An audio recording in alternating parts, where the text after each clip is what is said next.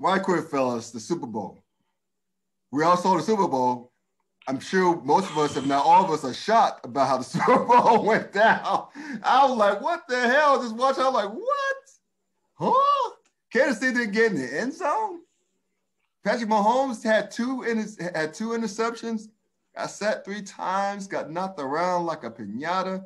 Tom Brady did his thing in the Super Bowl, albeit with modest stats, but, 3 touchdown passes at age 43. Mm-hmm. Also turning back the hands of time with hooking up with his boy, Rob Gronkowski.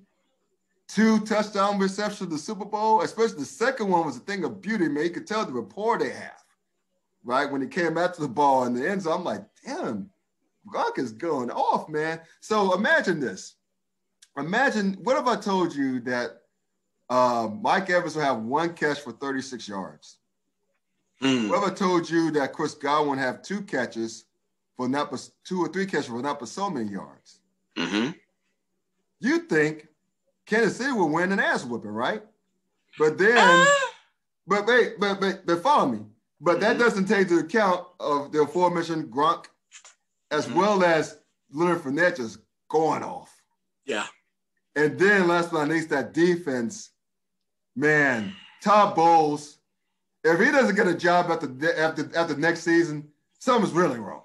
That dude has earned a shot at a second opportunity, hopefully with a better opportunity, with better organization. But that's not a here nor there. But the point is, dude made Kansas City look like Pittsburgh near the end of the season on offense. Made them very pedestrian, just made Kansas City look like fools on offense. Made Andy Reid look like a bigger fool. So, all this to say this, I'll kick it to you, Rashad, and we'll do the whole counterclockwise thing and say this, man. There's plenty of props to go around, so with Tampa, but who should get more of the credit, man? Should it be Tom Brady, or should it be how Todd Bowles called a masterful game on defense? If you ask me, man, it's more about Todd Bowles. As much as I like Brady and as much as he cemented himself as the GOAT with now 7 Super Bowl championships, out of 10. That defensive performance was masterful. And I say that because, I mean, when you think about how they limited the most explosive offense in the NFL and just kind of kept them, like you said, to a pedestrian performance, that was masterful. I mean, he mixed it up the entire time with his coverages. He called a great game, and so you could see the two-shell look he was kind of getting through him, and it was a great performance by that defense. Tom Brady, when you look, I mean, Tom Brady was Tom Brady. He did what he did. He didn't turn the ball over, right? And he made a couple great throws here and there. But I mean, when you think about it, he had, I think, a little over 200 yards in passing. I mean, you think about that. Correct. If you were to say Tom Brady would only have a little over 200 yards passing in the Super Bowl, you might think that, Tampa Bay either would lose or would barely win. But I mean, that defense, I think, deserves a lot of credit. I mean, Winfield, you think about the linebackers, just to me, it was an entire effort.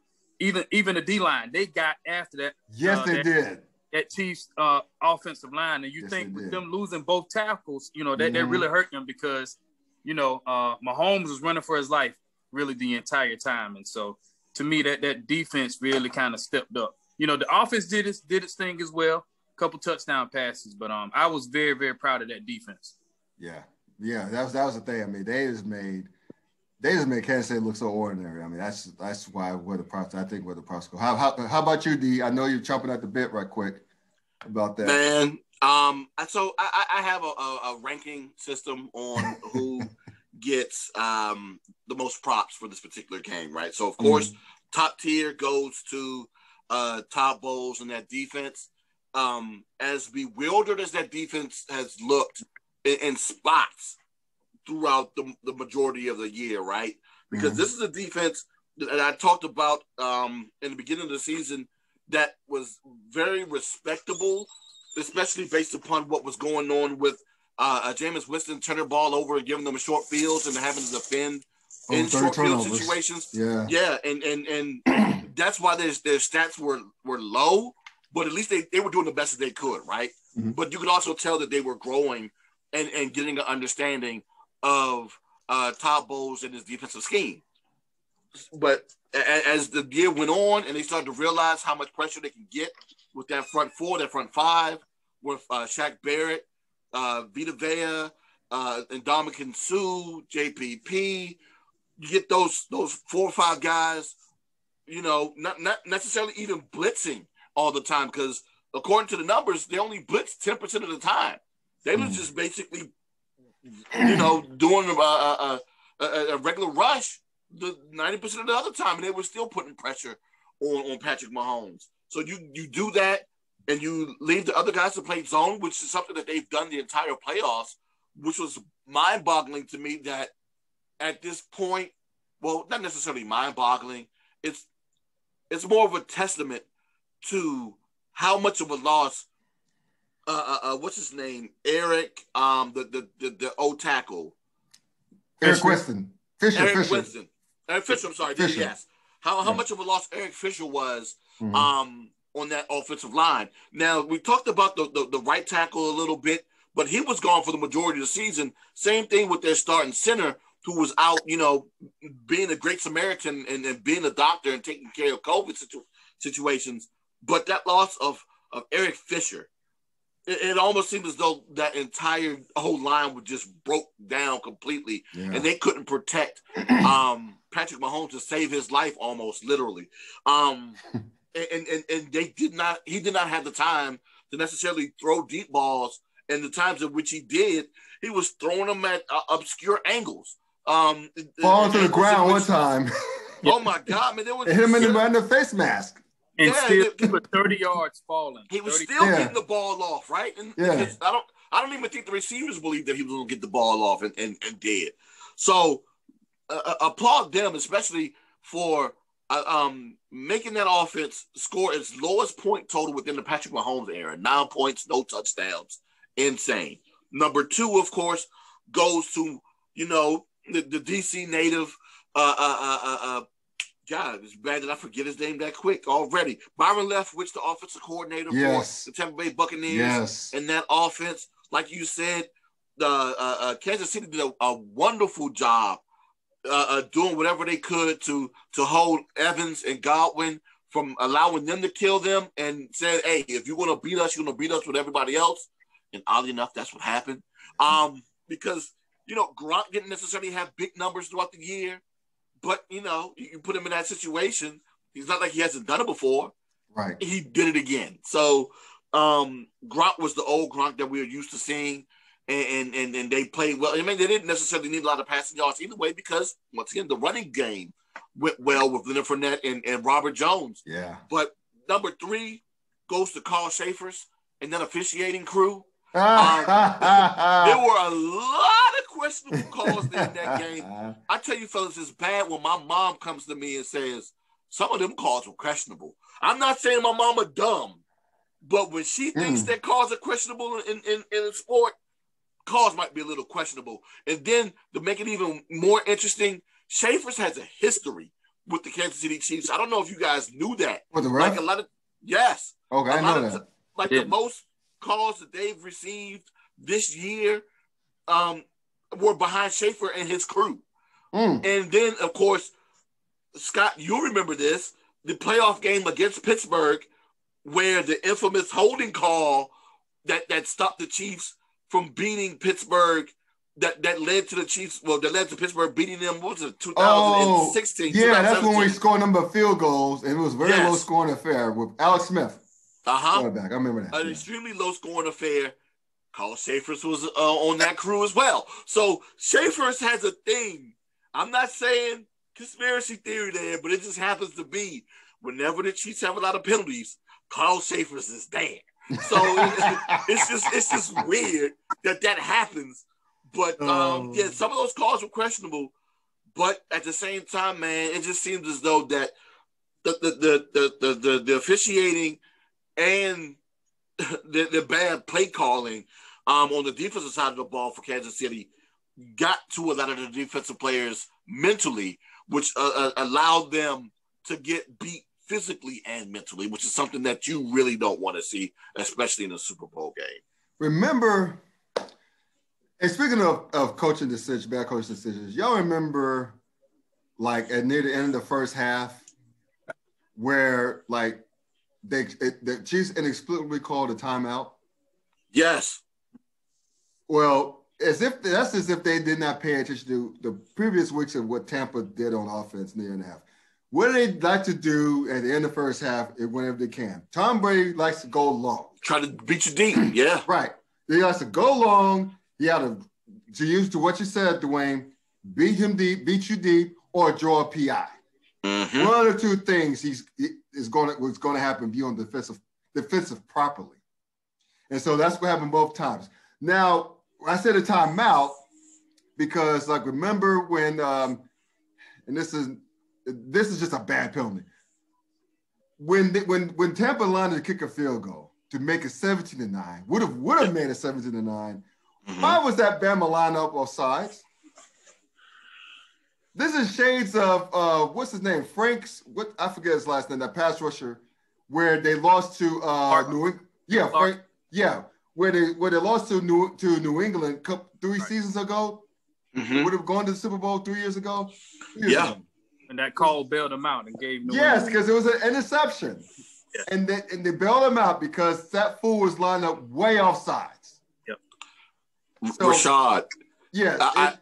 Do you know who it was, Rashad? No, who was it?